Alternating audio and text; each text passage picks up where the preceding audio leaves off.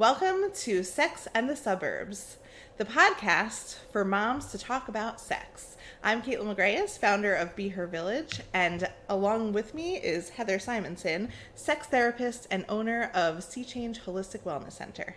This podcast is about all the things that don't get talked about: sex, motherhood, parenting, relationships, and everything in between. So today we are talking about sex and answering a really basic question. What is sex? What is intimacy? What is sexual contact? What is sexuality? Yes. And what are the differences? Does it matter if there's a difference? Because I think I'm just gonna I'll play the non-expert, sex is when a penis goes in a vagina. Mm-hmm.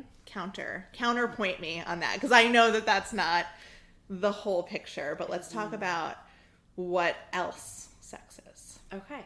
Well, first, there is difference between sex and sexuality, right? Sexuality is an integral facet of who we are as people. And I'll get more into that in a little bit, and even if you wrote the word out of sexuality, sex is only part of that, right? And it's just really only one facet of our sexuality as a whole.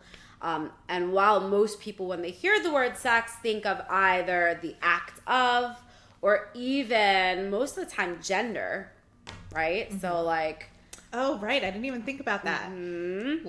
Sex as in male or female. Which nowadays we're not, there's way more to gender identity than just saying male or female also. Yes. But historically speaking, I think it's probably safe to say that, right? That's what it is. It's a checkbox, right? Mm-hmm. Recent history anyway, because if you go far enough back, similar to birth, right? In recent history, home birth is brand new and hospital birth is, but if you go further back, it's actually home birth was the only thing. And I think similarly with gender, gender was not this binary construct way back when. So way back when. Yeah. Unfortunately. So it's almost like a modern history. That's true. That's a very good point. Gender. Yeah. Look at me, now I'm the expert. Yeah, you are. That's why we're doing this together. I know. I love it. So I think that when people hear the word sex, they think of it in one of those two facets.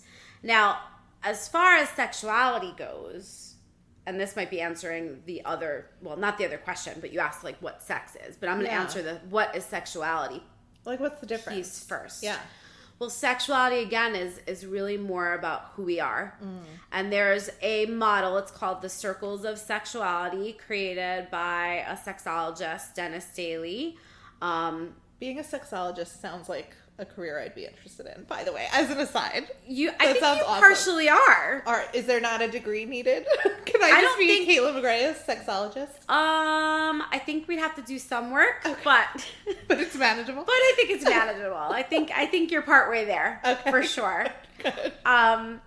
But so there's this model called the Circles of Sexuality, and it has, I believe it's 5 different circles in it, and it includes sensuality, our sexual and reproductive health, and sexuality.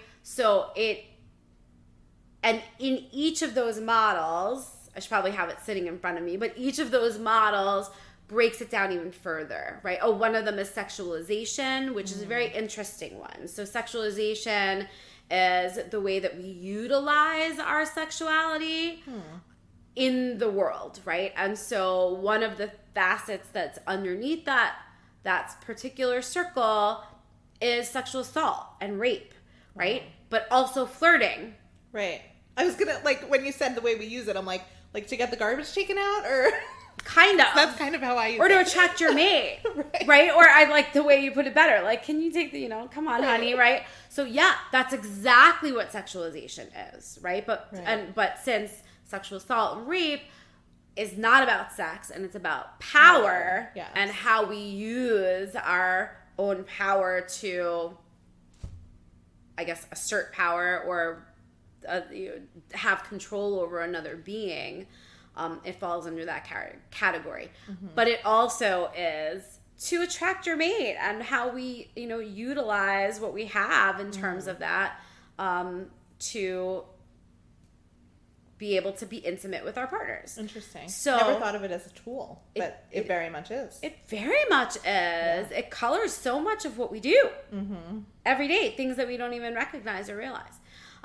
So there's that aspect of it, right? Then there's the intimacy part, and then there's, under that facet, there's, and I think we've talked about this, is skin hunger, right? Like, that's a part of sexuality, right? The literal need to be touched. And by the way, and this kind of falls under the definition of what sex is, non-sexual touch is integral to having good sex and to having good sexual connection and chemistry and having intimacy, because intimacy often translates to sex, or it does in people's minds, but it's not. Intimacy is completely separate and apart. Right. Intimacy to me is emotional. It's a closeness, a vulnerability. Like, I can be intimate with somebody and not be sexual. Absolutely. Or have sex with them. Yes. It can happen in friendships. It can happen in professional relationships. It's just, to me, it's just this closeness. Yes. Can we back up, though? Yes. You've already lost Don't me. be. I'm sorry. Am I No, all over good. the place already? No, not at all. I just want to make sure that the people listening understand it. And I'm just going to, again, play like the non-expert here, because I'm not. Is, what do you mean when you say to have sexual or to have sex, you need to have non-sexual contact? Can you just go into that a little bit more? Like, yeah, and what does that mean? I make a blanket statement, but I shouldn't, right? Because it's kind of a generalization, in that many people, I think it's probably safe to say, more oftentimes women than men, need to have physical affection and closeness that's not about sex. Okay. And that the thing that I see is a pattern, and probably 99% of the couples that I work with, and even not with the couples, but probably even women who come in for sexual related issues in their relationship, one of the biggest things that people talk about is that every time my partner goes to touch me, or like, I think that they want sex from me. Yes. Yes. And that non-sexual touch, without any expectation, makes people feel safe and close, and that it's not about this. It's not a means to an end. It's not. Thank you. In my head, I wanted to say ulterior motive, but it makes it sound like this negative connotation. Right, but just it's not a means to an end. It's not like you're touching and stroking my hand because you want to, because you're get coming busy on to later. Me. Yeah, you're touching and stroking my hand because we're watching a show together, and it just felt like the thing you wanted to do in that moment. Correct. You wanted to feel my skin. Yes. Yes. Yes. Oh my God. When I talk to you about stuff like that, I want to go snuggle my husband. I know.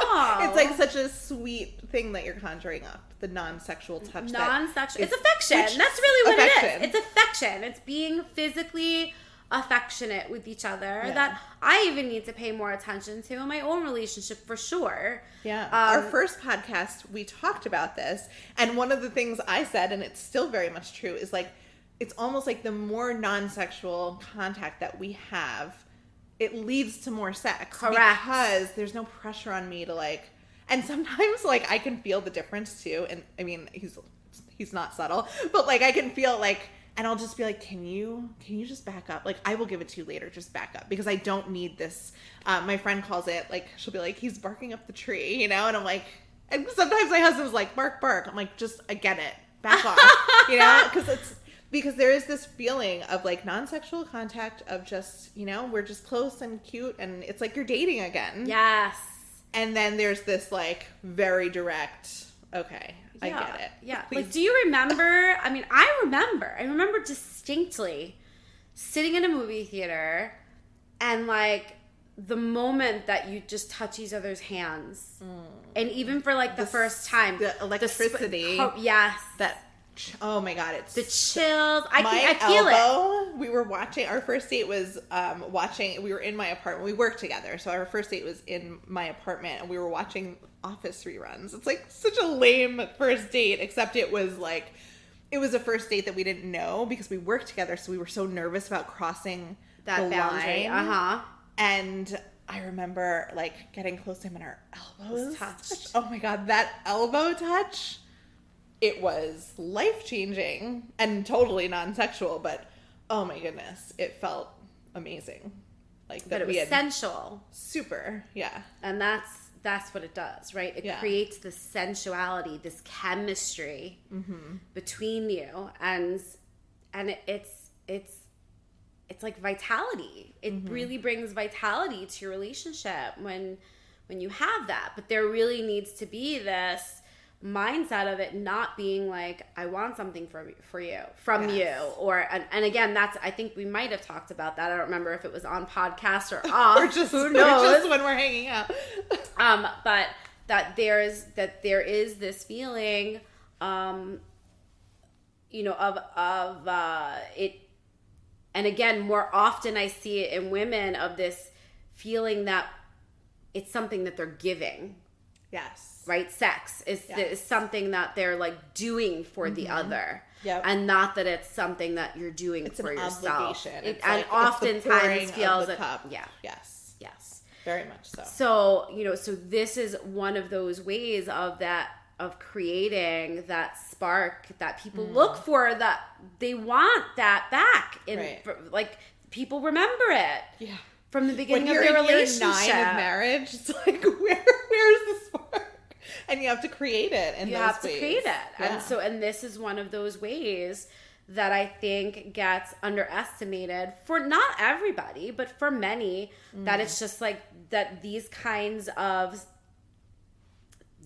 touches is it will be a means to an end, but not like an immediate thing. I love that. I love that we're sitting here on a podcast about sex, talking about elbow touching and hand touching, like, because that's not what you think you'd be tuning into. You think we'd be talking about like raunchy, R-rated, X-rated things, but it really like... And we might at some point too. We definitely will. If we're not, we're doing this wrong. But it's just interesting that we, like, when we talk about what is sex, that has to be included in the conversation. It does. And it is highly underestimated. It's like, I think about like just the buildup of things. I mean, that's what foreplay is, right?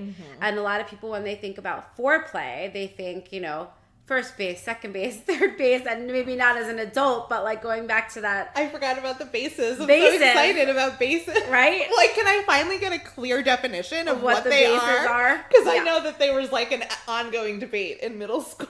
Was there?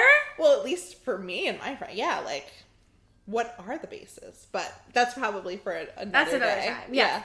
But it's like, it can be, that's what is considered to be foreplay, is right? Like kissing, going up somebody's shirt, touching their privates, like whatever it is. But foreplay happens not even just with the kind of touch that we're talking about. Foreplay. It's the intellectual foreplay and the emotional foreplay and the attending to someone's needs and speaking their love language and all of those things, which, by the way, one of the love languages is physical touch, which does not equate to sex. Oh, interesting. And so oftentimes when I'll present this book or the concepts behind the love languages, and I will lay out what the 5 love languages are, automatically people will be like, oh, I know mine's physical touch. And they're often thinking like it's sex. Right. So that and just you're goes like, to no, everybody, or most people love sex. There's more to it. There's more to it. Yeah. It's about the type of touch that we're really talking about. Right. Rather than it being about sex. Wow. So what else? Can we just like go back to thank you for answering. That was a really good like tangent of... It was a tangent. Right, but I think throwing something out like non-sexual touch is necessary to have sex is like a big thing to say. So I appreciate you taking the time to answer it. But what else? So non-sexual contact is part of sex, right? So sexuality, what else? I mean, I'm thinking about like just even masturbation, right? Like having sex with yourself versus having it with a partner or with a group, as the case may be. But I think there's this idea that sex needs to be done with another party. And that's an excellent point, Kaitlin, and it's so true, right? Like solo sex is sex, for sure, and you know, as sex therapists and even across the field, I think it's pretty common that we encourage people to self-pleasure even prior to, you know, being in a relationship. And we're not talking about like young kids, or although pleasure is a really important part of their own sexual development for sure. Yeah. And a lot of kids, I mean, I would love to talk about this probably in a whole other episode about raising kids, and we talked about it a little bit off the air, but a lot of kids find themselves and their sexual parts and their sexual pleasure well before any parent is sitting down and having a discussion with them. Well before. Well before. And most. Yes, absolutely. I mean, look, honestly, if we want to go there for just even for a split second. Yeah, let's do it. Babies are, I mean, you know this. We're talking about babies and parenting and things like that also, right? So, like, babies touch their genitalia. Yep. Baby boys get erections. They have erections their like whole life. Immediately. That's definitely in the womb. Nobody told in the womb. I didn't in the know womb. That. Nobody told. This is like, add that to the list of things nobody told me about motherhood. I didn't know baby boys had erections at 3 days old. Absolutely. But they do. They do. Yeah. They do. And girls find their vulvas. And why do they touch it or try to stick their hand down their diaper? Well, feels because good. it feels good. Because it's a spectacular place to touch. And they also go through that stage of discovering everything, like when they pull their hair or their ear or their foot, or they discover everything, and they discover that, and then boys it feels can do good to their penises. Oh yeah. Oh my! The pulling and the tugging and the twisting and the inverting and the like. Inverting. Oh my Lord! It is impressive. Let me just tell you. And I've like been in like groups like you know, about like whole babies. So people are like talking about boys and their penis, and they're like, "Is this okay? Because it looks awful." And everybody's always like, "If it hurt, they wouldn't do it," which is good to remember. But yeah, it's pretty impressive what little toddlers do when they get their diapers taken off. It's unbelievable. I know, it's like freedom. Yes. So, you know,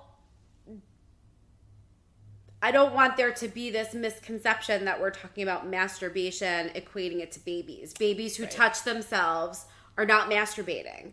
It's not about sex. Like, they're not even... It's self-exploration. That's it. And pleasure. Right. It feels good. I don't think that there's any adult, no matter what background that you're from, can deny the fact that it is supposed to feel good if you touch yourself, and that's whether it's 3 days old or 30 years old.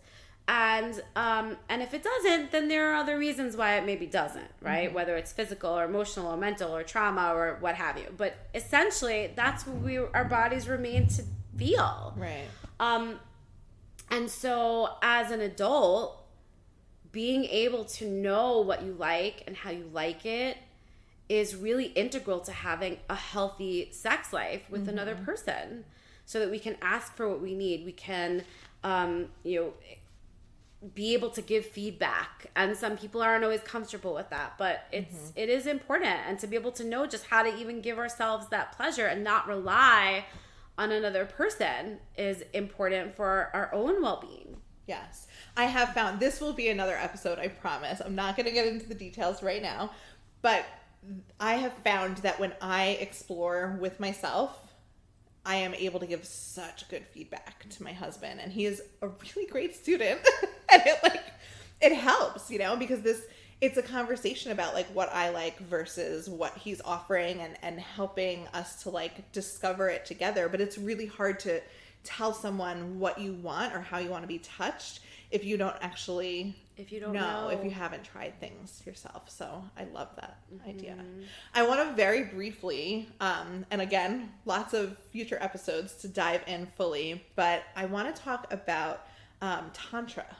Oh. Because, and I didn't tell you this yet, or I didn't talk to you about this yet. Have you seen the Netflix series Unwell? I have not seen that. They have an episode about Tantra. Oh, I almost texted you, but I didn't. You should. I know. So you should watch it, and then we should do an episode on it, because I know that you You brought it up to me one of the first times we met, I think.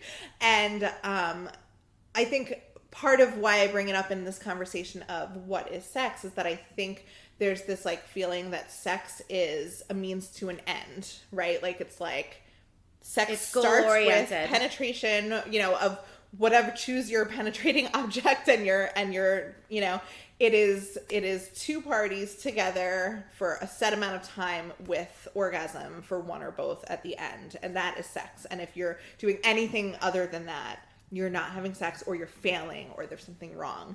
And I think it's interesting to like kind of open it up to non-sexual touch for sure, but then like this other side of the spectrum. I don't even really know what Tantra is even after watching the episode, which we will get there. You will understand when you see it. But yeah, I would love to. It's an interesting series just going into it. It's like they show kind of like one like well-balanced, relatively evidence-based, like normal practitioner, and then they show like the worst of each industry. They show like the absolute quacks of each industry that are dangerous and practicing dangerously and doing awful things. So the Tantra episode has that. They have like one person who seems to be the real deal, and they have like one guy who's like raping people at sex retreats, and it's awful and horrible. And it's something that I think not just in Tantra, but in like a lot of these modalities that are outside of Western medicine, you have, because it's not well supported in the mainstream, like there is this opportunity for people to get taken advantage of by people who are not doing things safely, which is awful. But I want to talk about Tantra with you. So like, what, if you could give us like a 30-second, like what is Tantra and how does that, and is that part of sex, just to kind of like round out the conversation? It can be part of sex, and something that changed my entire life when I discovered what it was. But in a nutshell, Tantra translates to expansion through awareness. And there are many different practices that actually fall underneath that umbrella, such as yoga, massage therapy, acupuncture. Like all of those practices or modalities are to expand our awareness of ourselves, of our bodies, of potentially even spiritually or of the universe.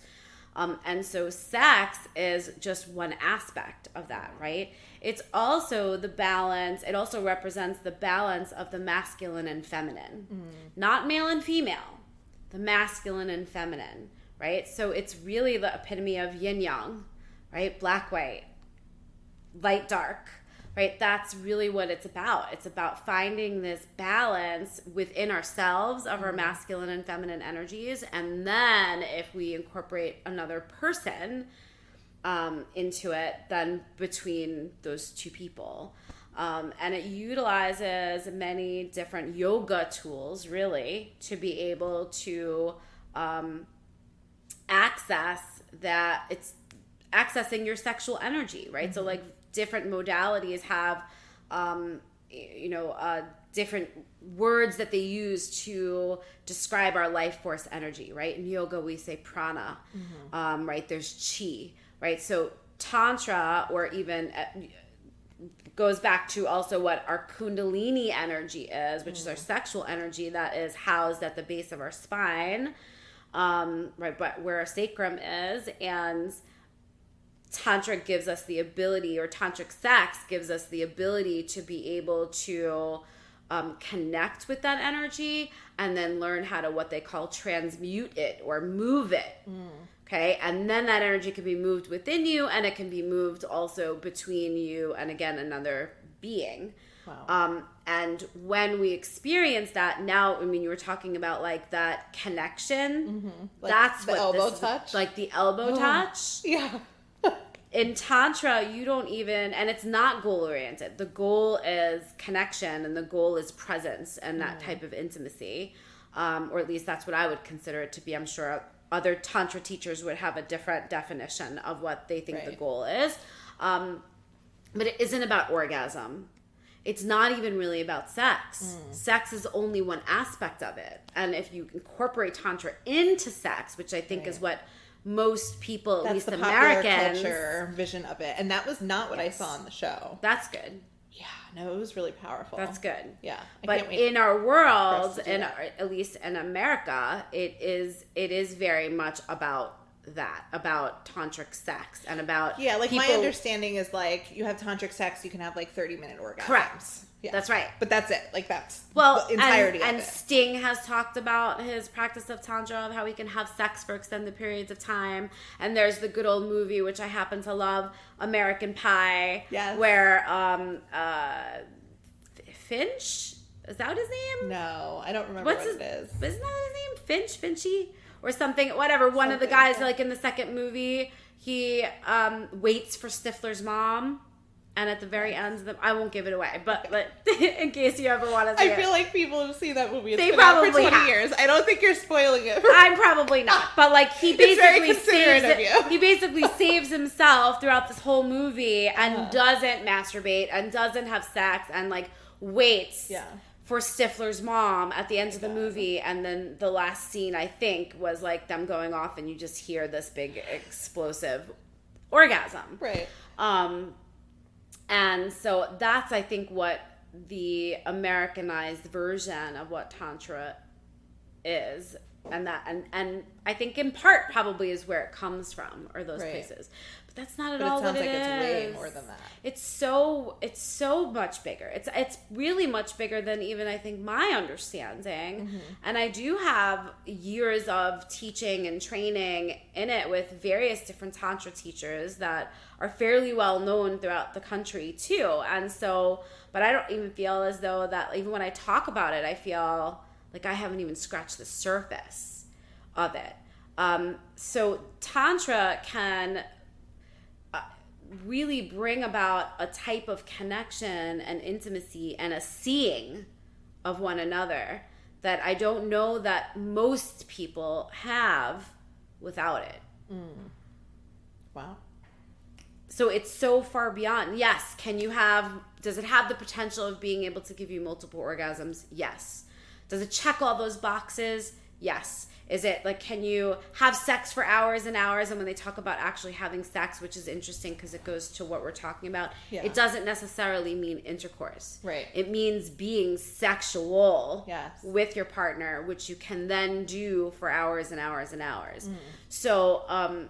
So yes, you can have all of that with this practice, but it isn't really what is at the essence of it. Awesome.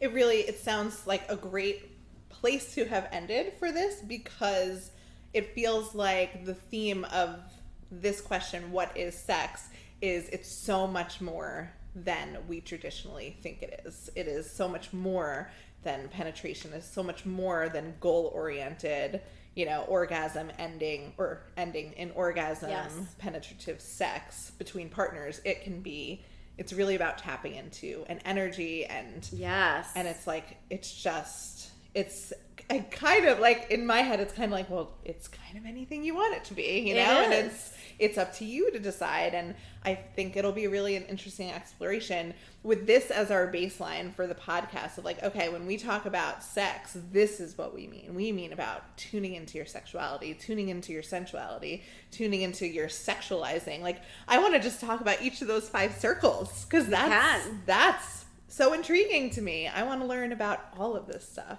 and I think other people do too. I hope so. I think awesome. I think really being able to look at it as that this is more about like, what is sex?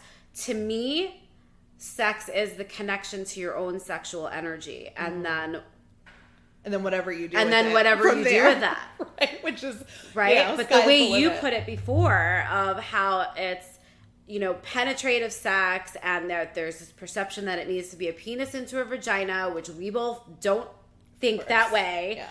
And it needs to end in an orgasm.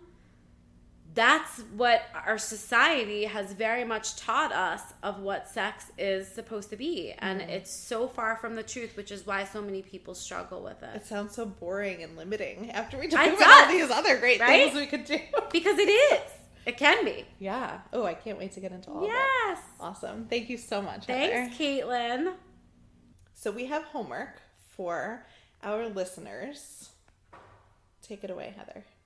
So I think it's a really interesting exercise to talk with other people in your life about what they think sex is and where they learned about it from. And so I would recommend that if you are partnered up with someone, that this is a really great conversation to have. And I don't even know that, to be honest, if I've even had the conversation with my partner I definitely to this, haven't. To this degree. Right. So I'm going to even do the homework myself. Oh, I'm so excited. And so, go and speak with your partner about like where did they learn about sex and what kind of messages did they get about sex from those sources. Right? It could have been school. Most often it's not. It could be from religion or, your parents or from your friends or so wherever that is, just think about it for yourself. Ask your partner. And if you're solo, you can talk about it with a friend. You can even talk about it with your own parents and ask them where they even learned about it from, which will give you a little bit of insight as to kind of like the constellation that's been formed and where your values are derived from and how they even taught you about it. Okay, but hold on a second. The homework is go home and talk to your parents about sex. Obviously, you can also talk about it with a partner or a friend, or you can journal it. Can you give me a snippet of me calling my mother and talking about this? Like, what would I say? What is the prompt? So, hi, Mom. I was listening to this amazing podcast by these women, Kaitlin and Heather, and they were talking about what sex is and all about like where we learned about it from and how our values have formed. And so I just wondered, where did you learn about sex from? Like asking, you can even ask if you're a parent already. I'm just trying to think of like ways in, right? Because once you get in, you can talk about it, but you could even say like, how did you talk to me about it? Right? Because they probably have a different perspective of how they talk to us about it than how we experienced that conversation. Excellent point. Yeah. My mother, I definitely had a conversation with her about sex. And I remember, I guess she explained like penis into vagina, which is why that's my image of sex, right? And I remember looking at her, I think I was like 10 years old, and I looked at her and I went, "You did that twice?" Very appropriate response. I was clearly horrified at the idea, and still I'm a little horrified. I enjoy it, but like when you take away the emotion and the drive and the all, like it's kind of gross. But that's maybe a different episode. So I wonder like what that was like for her to be having that conversation with me. Excellent. Yeah. And then my father, I'm doing this, but I'm going to talk to my husband. My father, I remember, sat us down like McDonald's, because that's where we would like visit him. They were divorced, and he, just like told us that sex feels really good. And I'm not going to tell you not to have sex, but just do it safe. Just have safe sex. Okay. And I was like, I respect that, Dad. Cool. And meanwhile, I think he was saying it for my older brother's sake. And I'm just like this And little you were kid, there? like, okay, Fly safe on the sex, wall. whatever the hell that means. I don't even know if Exactly. I knew yet. But yeah, such a funny little, I think it's something that people dread talking about with their kids. So it's interesting now to kind of flip it. Call your parents. Call your parents.